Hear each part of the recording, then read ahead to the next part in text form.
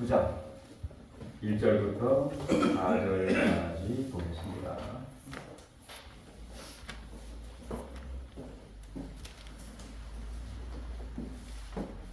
레위기 19장 1절부터 4절.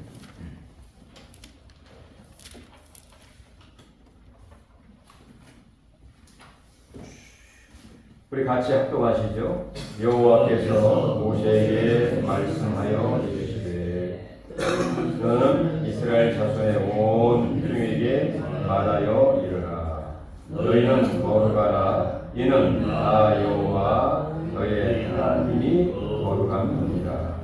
너희 각 사람은 부모를 경외하고 나의 안식일을 지키라. 나는 너희의 하나님 여호와이니라.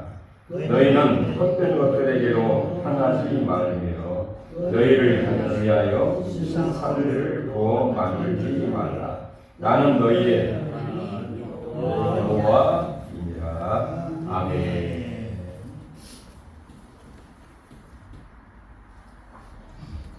요즘의 날씨가 아주 한절기입니다. 새벽에는 거의 늦가을, 또 낮에는 이런 따스한 햇살로 인해서 상당히 한절기로 인해서 기침하는 분들이 종종 있습니다. 그 중에 한 사람이 또 그 중에 한 사람인데 그렇기 때문에 굉장히 청결을 신경을 쓰고 그래서 손을 깨끗이 쉰다든지 뭐 양치질을 한다든지 또 마스크를 써서 어떤 외부의 어떤 그들을 차단하고 또는 약을 통해서 염증들을 이렇게 제거하는 뭐 그런 굉장히 청결에 신경을 쓰는, 저도 거의 이제 뭐 기침하지 않지 않습니까? 거의 이제 다 나았게 되고, 자, 우리 모두가 이 환절기에 정말 영혼이 잘됨같이 범사가 잘되고 강건할 수 있기를 주의 이름으로 축원합니다. 우리 역사를 같이 한번 인사하겠습니다. 내 영혼이 잘됨같이 범사가 잘되고 강건하기를 축복합니다. 인사하겠습니다. 강건하기를 축복합니다. 아멘. 자, 그렇다면 우리의 영혼과 우리의 신앙생활의 이 청결함, 또 이 깨끗한 것은 과연 무엇일까? 뭐 그런 생각을 하게 되는데, 오늘 본문과 성경은 이걸 가리켜서 거룩합니다 이렇게 이야기를 하고 있습니다. 뭐라고요? 거룩함. 이 거룩함은 우리가 어떤 착하게 산다는 것보다도 누구를 닮아가느냐에 초점을 맞추고 있습니다. 따라서 정말 주님이 우리를 어떻게 부르시느냐, 거룩한 사람으로 부르고 있다는 것입니다. 거룩한 사람. 바로 이 거룩한 사람으로 부르심은 하나님의 사랑의 초청이면서 믿는 모든 사람들의 정체성의 선언이라고 볼 수가 있는 것입니다. 따라서 오늘 본문을 중심으로 해서 거룩한 백성, God's Holy People, 거룩한 백성, 이런 제목으로 같이 말씀을 나누기 원합니다. 자, 먼저 이 거룩한 삶의 근거는 어디에 찾아볼 수가 있는가? 오늘 2절에 보시면 우리 2절 같이 한번 읽어볼까요? 너는 이스라엘 자손의 온 회중에게 말하여 이르라. 너희는 거룩하라. 이는 나 여호와 너의 하나님이 거룩함이니라. 그렇습니다. 이 거룩의 출발점은 내 자신에게 있지 아니하고 나의 하나님, 바로 여호와 하나님께 거룩의 시작이 있다고 하는 것입니다. 이 거룩이라 하는 그 의미, 또 어떤 정의를 내린다고 하면 이 거룩은 세상과 구별되어, 즉 죄로부터, 세상으로부터 우리가 구별되어 하나님의 뜻대로 살아가는 것이 한마디로 말해서 이 거룩인데요. 자, 이것은 하나님의 성품과 본성을 반영해서 이 죄와 또 이 부정한 것으로부터 우리 자신을 지켜 순전하고 순결한 삶을 살아가는 것, 이게 바로 이제 거룩이다, 이렇게 정의를 할 수가 있습니다. 이 거룩한 생활은 특정한 사람에게만 하나님이 원하시는 것이냐, 특별히 남자에게만이냐 아니면 여성에게만이냐, 아닙니다. 바로 이 거룩한 생활은 바로 하나님을 믿는 모든 사람에게 원하시는 하나님의 선언이고 초청이고 우리 자신의 확실한 정체성이라는 것입니다. 오늘 1절에 보면 그렇게 얘기를 하죠. 우리 1절 한번 읽어볼까요? 여호와께서 모세에게 말씀하여 이르시되 너는 이스라엘 자손의 온 회중에게 말하여 이르라. 그러니까 이 말씀을 듣는 모든 이 대상은 모든 사람, 회중의 모든 사람들에게 일러야 할, 들어야 할 그런 말씀이라는 것입니다. 그러니까 우리가 거룩한 삶을 살아가는 것은 특정한 사람이나 어떤 누구에 국한된 것이 아니라 바로 예수를 믿는 모든 성도라는 게 거룩함을 쫓는 사람이 있지 않습니까? 이 성도가 참 위대한 우리의 어떤 이름이에요. 또한 애굽으로부터 구원받은 이스라엘 백성들, 이 모든 회중들, 모든 백성들, 바로 이 사람들을 향한 하나님의 초청이고 하나님의 부르심이고 하나님이 원하시는 하나의 요구 사항이라는 것입니다. 그러니까 우리는 오늘 이 말씀처럼 이 온 회중의 한 사람으로서 하나님이 거룩하신 것처럼 우리가 거룩한 삶을 살아가는 것은 당연한 삶이다, 이렇게 볼 수가 있다는 것이죠. 그럼 이 거룩한 삶은 어떻게 살아갈 수가 있는가? 내 자신의 노력과 내 자신의 의지와 내 자신의 어떤 스케줄에 의해서 거룩해지느냐? 아닙니다. 바로 이 거룩은 우리를 부르신 하나님으로부터 시작이 된다는 것이죠.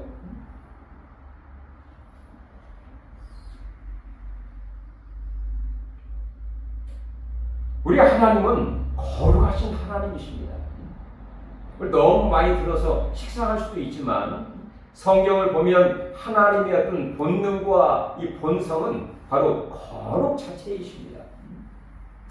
레위기 11장에 보면 너희를 부르신 여호와는 거룩하신 분이시다, 이렇게 자기 자신을 소개하고 있고, 이 말씀을 인용해서 베드로전서 1장 14절, 15절, 16절에 이 말씀을 인용하여 이르되 너희를 부르신 이는 거룩하니 부르심을 받은 너희는 모든 행실에서 거룩하라, 이렇게 말씀을 하고 있습니다. 그 다음에 이사야 6장에 보면 바로 하나님을 섬기는 그 천군 천사들이 하나님을 어떻게 노래하느냐, 거룩하다 거룩하다 거룩하다 하면서 하나님을 찬양하고 영광 돌리고 있는 그런 모습을 보게 됩니다. 그러니까 우리를 부르신 그 하나님으로 인하여, 하나님 때문에 이로 인하여 너희가 거룩할지니라. 즉 우리가 거룩한 삶을 산다는 것은 거룩하신 하나님을 내 마음속에 품고 그분의 본성과 그분의 본능과 그분의 모든 그 삶이, 그분의 하나님의 그 능력이 우리의 삶을 통해서 드러나는 것이 바로 거룩한 삶이라고 볼 수가 있다는 것입니다. 즉 우리가 거룩한 삶을 살아가는 것은 우리를 부르신 거룩하신 하나님을 내 마음속에 모시고 그분을 닮아가는 삶, 이게 바로 거룩한 삶인 것입니다. 그러니까 우리가 하나님을 떠나서는, 하나님을 알지 못하고서는 거룩함을 논할 수가 없는 것이죠. 또 우리가 거룩한 삶을 살아갈 수가 없습니다. 며칠 전에 평택에 정원 박람회라고 여러분 가보셨나요? 네. 농협기술센터 우리 정은교 집사님 그 친정 숙성리 오성면 숙성리에 농업기술센터가 있는데 거기에 정원 박람회를 하고 있어요. 거기 가보니까 국내에 있는 유명한 정원뿐만 아니라 국외에 있는 해외에 있는 이 정원들을 나름대로 넓은 공간에 정원을 꾸며놨습니다. 근데 그 아름답고 멋지고 조화로운 그 모든 정원이 자기 그 나무와 그 잎사귀와 그 모든 그 식물들이 자기가 예쁘게 하려고 해서 든 게 아니죠. 바로 정원사와 또 관리하는 그 모든 사람들이 그걸 잘 관리하고 또 예쁘게 심고 그걸 관리를 잘 했기 때문에 멋진 정원의 모습을 많은 사람들에게 보여주어서 정말 인산인을 이루어 차가 될 수 없을 만큼의 많은 사람들이 와서 구경을 하고 감탄을 하는 그런 모습처럼 바로 우리의 거룩한 신앙생활도 그렇다는 것입니다. 내 의지와 내 노력으로 내 자신을 변화되어서 사람들에게 감동을 주고 기쁨을 주고 소망을 주는 그런 성도의 삶이 아니라 바로 우리 성령 하나님이 내 마음속에 있는 나쁜 이 잡초를 뽑아내고 교만과 욕심의 이 가지를 잘라내고 또 여러 가지 잘라내는 가운데 고통의 그런 가운데에서 내 자신이 성장하고 즉 하나님을 닮아가는 거룩한 삶을 저희들이 삶으로 인하여 하나님 앞에 영광을 돌리게 되고 많은 사람들에게 기쁨과 감동과 은혜를 끼치는 그런 거룩한 삶을 살게 되었다는 것이죠. 바로 이것이 진정한 성도의 삶이라고 볼 수가 있습니다. 아무튼 우리는 거룩하신 하나님을 내 마음속에 품고 그 하나님을 날마다 바라보면서 섬기는 가운데 진정한 성도의 삶을 살아갈 수 있기를 주의 이름으로 축원합니다. 그 다음에 3절에 보면 이 거룩에 대한 하나의 영역이라 할까요? 이 거룩을 설명을 하면서 굉장히 추상적인 용어인데 거룩이라는 게 이 추상적인 이 거룩을 굉장히 일상생활에서 우리가 어떻게 이 거룩한 삶을 실천해야 할 것인가, 거룩한 삶을 살아가야 할 것인가를 우리에게 보여주고 있는데 여기 3절 같이 한번 읽어볼까요? 너희 각 사람은 부모를 경외하고 나의 안식일을 지키라. 나는 너희의 하나님 여호와이니라. 자, 이 거룩한 삶을 얘기하면서 이 두 가지를 얘기하고 있죠. 부모를 경외하라. 그 다음에 내 안식일을 지켜라. 이 두 가지로 이야기를 굉장히 생활적인 그 모습과 또 우리가 살아가는데 구체적으로 우리에게 말씀을 하고 있습니다. 자, 먼저는 부모를 경외하라. 사실 성경은 부모를 공경하라 그렇게 얘기를 하죠. 이 경외라는 말은 바로 신에 대한 대상을 얘기할 때 하나님을 경외하라 이렇게 얘기를 합니다. 그런데 오늘 본문에 보면 거룩한 성도의 삶은 일상생활에서 가정에서 어떻게 살아가는 것이 거룩한 삶이냐? 바로 부모를 하나님을 경외하듯이 부모를 경외하라 이렇게 얘기를 하고 있습니다. 그러니까 부모를 우상처럼 그런 의미라기보다도 부모 그 다음 19장 넘겨보시면 32절에 그런 말씀이 있는데요. 너는 샌머리 앞에서 일어나고 노인의 얼굴을 공경하며 내 하나님을 경외하라. 나는 여호와니라. 여기 보면 노인, 그 다음에 샌머리, 흰머리죠.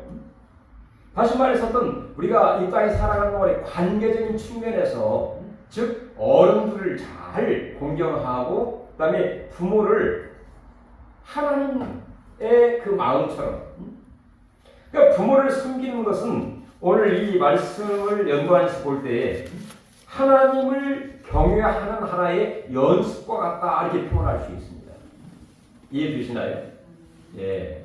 하나님을 경외하듯이 이 땅에서 경건한 사람들은 부모를 신처럼 하나님처럼 대접을 하고 또 경외하는 하나의 연습과 같은 것이 부모를 경외하는 것이라고 볼 수가 있다는 것입니다. 바로 이 부모를 경외하라 이 말 속에는 여러 가지 다양하게 우리가 적용을 할 수 있는데 바로 관계적인 측면에서 32절처럼 새머리 흰머리라는 말 노인에게도 정성껏 대하고 공경하고 대우하고 인정하고 그런 말이죠. 옛말에 그런 말이 있는데요. 예수 믿는 사람들은 다 예수 안에서 한 형제라 이렇게 하니까 나이들은 부모 같은 어른에게 형제님 그렇게 얘기를 했다는 거예요. 뭐 틀린 말은 아니죠. 그러나 우리가 좀 보편적인 그 상식으로 볼 때 아이 노인에게 형제님 그렇게 하면 되겠습니까? 어르신 뭐 이렇게 한다든지 이 흰머리 노인을 공경하듯이 하나님을 경외하듯이 어른들을 잘 섬기는 것 이것이 바로 철륜이죠. 일륜이고요. 그 다음에 부모를 공경하는 것 이것이 바로 하나님을 경외하는 하나의 모습이라는 것입니다. 자, 이런 하나의 어떤 이 관계에서 부모를 경외하는 그 삶에서 거룩한 성도의 모습을 볼 수 있게 되고 알게 되고 우리가 이 구체적으로 그것을 실천하는 그런 모습으로 오늘 성경은 저희들에게 이야기를 하고 있는 것입니다. 즉 부모는 하나님의 어떤 권위를 인정하는 것이죠. 하나님은 보이지 않기 때문에 보이는 하나님처럼 부모를 우리에게 주신 것이죠. 그러니까 부모를 인정하고 부모를 생각할 때에 하나님을 생각하는 그런 마음으로 그를 공경하고 존경하고 경외하는 그런 마음 이 바로 이 거룩한 삶의 어떤 표현이라고 볼 수 있고 또 연관해서 우리에게 이야기를 하고 있다는 것입니다. 정말 모든 예수를 믿고 거룩한 백성이든 우리 모두는 하나님을 경외할 뿐만 아니라 하나님과 같은 어른들을 공경하고 윗 어른들을 존경하고 그 다음에 부모를 정말로 경외할 수 있는 이런 축복이 우리 모두에게 있기를 주의 이름으로 축원합니다. 성경은 얘기하고 있죠. 내 부모를 공경하라. 그리하면 이 땅에서 잘 되고 장수하게 될 것이다. 이게 다 연관되어 있습니다. 하나님을 생각하면서 부모에게 효도하고 공경하고 하나님처럼 마음을 가지고 행하게 될 때에 복을 주신다고 하는 것. 그 다음에 또 한 가지가 뭡니까? 안식일을 자 안식 그 앞에 보면 나의 안식일을 지키라 이렇게 얘기를 하고 있습니다. 자, 이 안식일은 쉬는 날을 우리가 볼 수 있겠죠. 그러나 이 안식일은 바로 나의 안식일 그렇게 얘기를 하고 있습니다. 바로 이 안식일은 단지 쉬는 것으로 생각하기보다는 하나님을 기억하는 그런 시간이다. 이렇게 우리가 해석을 해야 되겠죠. 즉 우리가 다시 말해 이 말은 우리가 거룩한 주일을 지킨다고 하는 것은 하나님이 내 삶의 주인이시다라고 하는 고백이면서 하나의 어떤 선언이라고 볼 수가 있습니다. 우리가 주일 예배를 통해서 세상에 묻은 마음을 씻어내고 다시 거룩함을 지키는 데 나아가는 그런 하나의 어떤 그 과정이라고 볼 수가 있을 것입니다. 따라서 우리는 하나님의 그 시간, 이 시간은 바로 하나님 우리에게 주신 선물이면서 이 시간은 우리 인생 전체라고 볼 수가 있습니다. 즉 우리의 모든 인생과 삶을 구별되게 하나님 나에게 주신 선물이면서 이 선물을 잘 관리하는 게 또한 청지기죠. 즉 청지기의 삶을 거룩하게 구별되게 시간을 구별되게 또 우리 인생을 구별되게 살아라, 그런 의미라고 볼 수가 있을 것입니다. 이렇게 우리 하나님은 이 거룩함을 일상생활에 그다음에 구체적으로 가정에서 관계적인 측면에서 시간적인 측면에서 구별되게 거룩하게 구체적으로 살아라, 이렇게 저희들에게 권고해 주고 있는 것이죠. 이 거룩함 추상적이지만 일상생활에 구체적으로 우리가 순종하고 또 우리가 존경하고 또 더 나아가서 이 삶을 통해서 하나님 앞에 영광을 누리는 거룩한 성도의 삶이 될 수 있기를 바랍니다. 마지막으로 4절에 보면 이 거룩함의 실천의 문제인데요. 우리 4절 같이 한번 읽어보겠습니다. 너희는 헛된 것들에게 향하지 말고 너희를 위하여 신상들을 부어 만들지 말라. 나는 너희의 하나님 여호와니라. 자, 여기서 너희는 헛된 것들에게 돌이키지 말며. 자, 지금 우리가 하나님을 향해서 살아가고 있습니다. 성도는. 그리고 하나님의 마음을 가지고 하나님 뜻대로 살아가려고 부단히 애를 쓰는 게 성도의 삶인데, 그 하나님을 향하는 그런 마음에서 헛된 것들에게로 돌이키지 말라, 이 말은 무슨 말이겠습니까? 이제까지 우리가 하나님을 초점을 맞추어 살아가는 것처럼 우리의 시야와 우리의 관심이 하나님을 떠나 다른 곳으로 향하지 말도록 하라, 그런 말씀이죠. 여기서 헛된 것, 이것은 마치 험악한 것, 무의미한 것, 그때는 대단히 화려하고 아름답고 큰 나에게 중요한 것처럼 보이지만 결국에는 허무한 것, 바로 이것이 무엇입니까? 우상이죠. 이스라엘 백성들은 하나님 은혜 가운데 애굽에서 그분의 은혜와 능력과 기적으로 구원을 받아 광야 생활 하나님을 바라보면서 홍해도 건너고 먹고 마시면서 전진을 하고 있었습니다. 그러나 이 모세와 시내산에 40일 동안 있는 동안에 그 지도자가 보이지 아니하니까 백성들이 어떤 마음이 드느냐, 우리를 인도할 신을 만들자. 그래서 결국에 아론을 중심으로 해서 그들이 금은 폐물을 내놓아 금송아지를 만들고 금송아지를 헌화하고 섬기는 삶을 살게 되었죠. 그리고 가나안에 들어가서는 바알 신을 섬기게 됩니다. 자, 바알 신은 어떤 신이냐? 풍요의 신입니다. 가나안에 들어가면 농사를 짓고 농사로 인해서 풍요한 삶을 사는 그 이유가 바알 신, 아세라 신의 도움으로 풍요의 삶을 산다고 생각을 했기 때문에 가나안에 들어가서 백성들이 바알에게 마음을 빼앗기고 바알을 섬기는, 우상을 섬기는 삶을 살게 되었어요. 그러나 하나님은 이 금송아지와 바알을 무엇으로 말하고 있는가? 헛된 것, 이렇게 얘기하는 것입니다. 헛된 것. 그때에는 금송아지가 반짝반짝 빛나고 우리를 인도할 대단한 신처럼 생각이 되었고, 그 다음에 가나안에서 농사 지을 때 그들에게 비를 내리고 풍요를 주는 바알이 대단한 신처럼 생각을 하면서 바알을 섬겼지만, 바알이 진정 비를 내리는 것입니까? 아니면 금송아지가 그들을 광야에서 인도한 것입니까? 아니죠. 바로 이것이 헛된 것, 무의미한 것, 우상입니다. 그래서 우리 하나님은 헛된 것들에게 마음을 돌이키지 말고 우상에게 마음을 빼앗기지 말고, 우리가 예수를 믿는 사람들은 눈에 보이는 우상은 없습니다. 그러나 눈에 보이지 않는 우상들이 많이 있죠. 하나님보다 더 의지하는 것, 하나님보다 더 관심을 갖는 것, 이것이 바로 우상이라 우리에게 말하고 있습니다.